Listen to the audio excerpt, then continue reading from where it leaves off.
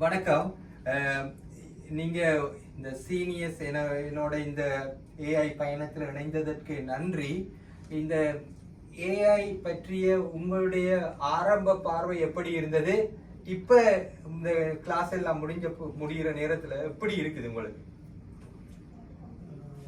எனக்கு ஏஐ பற்றி கொஞ்சம் தெரியும். பட் திங் இஸ் இப்போ இந்த ப்ராப்பர் அப்ரோச் எப்படி நாங்கள் ஒரு எங்களோட ரிக்வயர்மெண்ட்டை எப்படி எடுக்கலாம்னு இந்த வழியை காட்டி கொடுத்தீங்க. Thank you very much. மற்றாக்கள் உங்களுடைய கருத்துக்கள் என்னவா இருக்குது?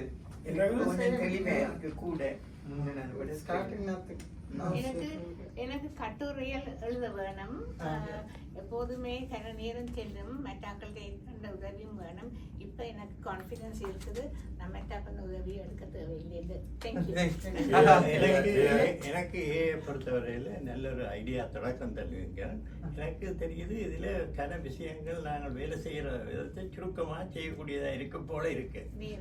நேரம் அதுகளை கட்டாயமாக இந்த எங்களோட கன வேலைகளுக்கு பாவிக்கலாம் போல் தெரிகிறது. ஏஐ பற்றி கொஞ்சம் தெரிஞ்சிருந்தாலும் அதை என்ன மாதிரி கையாளலாம் என்ற முறைகளை அறியக்கூடியதாக இருந்தது. நன்றி. நன்றி. ஏல இவ்வளவு சிம்பிளா எல்லா அலுவலையும் செய்யக்கூடியதா இருக்குன்னு பார்க்கல எங்களுக்கு ஸோ எக்ஸைட்டட். என்ன உண்மையில நாங்கள் சொல்லியோ அல்லது எழுதியோ எதையுமே செய்யலாம் என்றது ரெண்டோ மூணு கிளாஸ்ல உண்மையிலே இங்க வர முதல் பேருக்கு விளக்கமோ இதுவோ எந்த அறிவும் இல்லை. அதுக்காகத்தான் நான் படிக்கிறேனோ இல்லையோ விளங்கி கொள்ளணும் வந்தேன்.